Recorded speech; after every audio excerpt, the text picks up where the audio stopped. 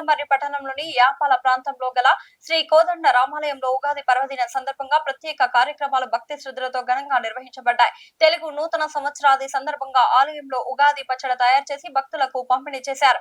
ఈ కార్యక్రమానికి భారీ సంఖ్యలో భక్తులు హాజరై స్వామివారి ఆశీస్సులు పొందారు. సాయంత్రం వేళ ఆలయ ప్రాంగణంలో పంచాంగ శ్రవణ కార్యక్రమాన్ని అయ్యగారు నిర్వహించారు. కొత్త సంవత్సర ఫలితాలు, రాశి ఫలాలు భక్తులకు వివరిస్తూ అందరూ సుఖశాంతులతో ఉండాలని ఆశీర్వదించారు. ఇక శ్రీ సీతారాముల వారి కళ్యాణ మహోత్సవం కూడా వైభవంగా జరిగింది. సాంప్రదాయబద్ధంగా లగ్గం కోటు వేయడం వంటి పూజా కార్యక్రమాలు నిర్వహించి భక్తులకు ఆధ్యాత్మిక ఆనందాన్ని కలిగించారు. ఈ సందర్భంగా అయ్యగారు మాట్లాడుతూ ఉగాది పండుగ మన సంస్కృతి సాంప్రదాయాలకు ప్రతీక అని ప్రతి ఒక్కరూ మంచి ఆలోచనతో కొత్త సంవత్సరాన్ని ఆహ్వానించాలని సందేశం ఇచ్చారు.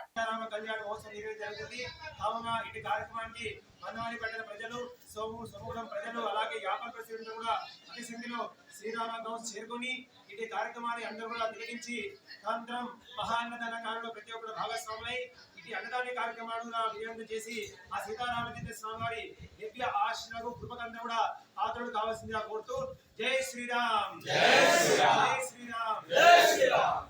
నూతన వాహనాలు కొనుగోలు చేసినప్పుడు కాస్త ఆచి ఊచి మీరే పని చేసుకున్నా బాగుంటుంది. ఎందుకంటే దోషం ప్రతిగా చిరుస్తారు. అలాగే మనము ఏ పని చేసినా కూడా అన్ని విఘ్నాలు కలుగుతూ ఉంటాయి. ఈ విధంగా మేషరాశి యొక్క పరాభవ సంవత్సరం ఫలితాంశం ఈ విధంగా ఉందండి. తదుపరి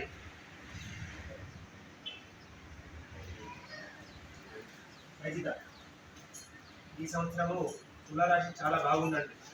ఎందుకంటే ఆదాయ వ్యయ విషయం చూస్తే మాత్రం కాస్త ఖర్చు అధికంగా ఉంది. ఎందుకంటే ఆదాయం 5 ఖర్చు 14 అండి. తులారాశి వాళ్ళకు ఆదాయం 5 ఖర్చు 14, రాజ్య పూజ్యత 6, అవమానం 7.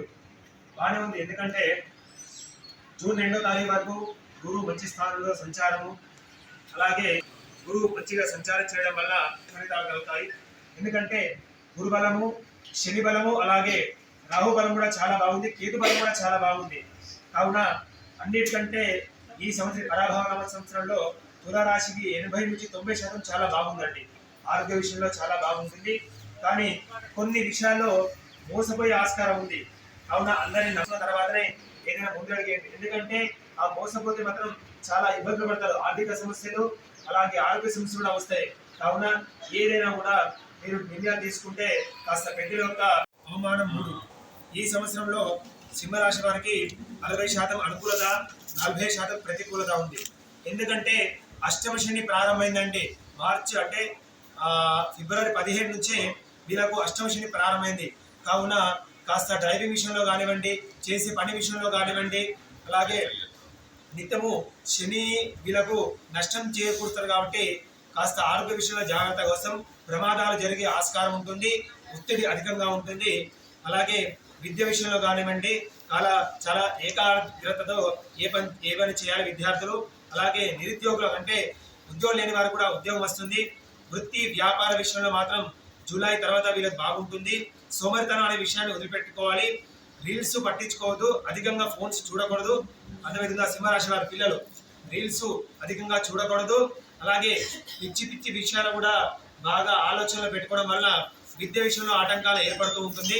చదువు విషయంలో కూడా ఆటంకాలు ఏర్పడుతూ ఉంటుంది. కావున మీరు ఏదైనా కూడా నిత్యము హనుమాన్ చాలీసా పారాయణ చేయండి. శనివారం శివ ఆరాధన చేయండి. అలాగే అమావాస్య నాడు ఏదైనా పక్షులకు కానివ్వండి, ఏదైనా జీవ జంతువులకు కానివ్వండి ఆహారం పెట్టడం వల్ల శని యొక్క ప్రభావం తగ్గిపోయి ఈ సంవత్సరం మరి జై శ్రీరామ్ జై హనుమాన్. పవిత్ర స్వరూపులకు ప్రియాత్రి బంధువులారా, స్థానిక శ్రీ కోదండ రామాలయం ఆలయ కమిటీ ఆధ్వర్యంలో ఈ సంవత్సరము చైత్ర బహుళ నవమి నాడు శుక్రవారం రోజున ఉదయం 11:35 శుభ నక్షత్రయుక్త శుభలగ్న సుముహూర్తమున మన సీతారామచంద్ర స్వామివారి కళ్యాణ మహోత్సవము స్థానిక కేకే2 వద్ద శ్రీరామ గ్రౌండ్స్లో నిర్వహించడం జరుగుతుంది. కావున 50 మంది భక్తులందరూ కూడా మందమరి పెట్టిన ప్రజలు, అలాగే వ్యాపార పరిస్థితి అందరూ కూడా ప్రతి ఒక్కరు కూడా జాతి లింగ భేదం లేకుండా ప్రతి ఒక్కరు కూడా అదే సంఖ్యలో ఆ శ్రీరామగ్రహం చేరుకొని ఇటు మహోత్తర కావున అందరూ కూడా భాగస్వాములై ఇటు కార్యక్రమాన్ని అందరూ కూడా విధంజం చేసి ఆ సీతారామచంద్ర స్వామి వారి దివ్య ఆశీస్సులకు కృపకందరూ కూడా పాత్రలు కావాల్సిందిగా కోరుతున్నాం.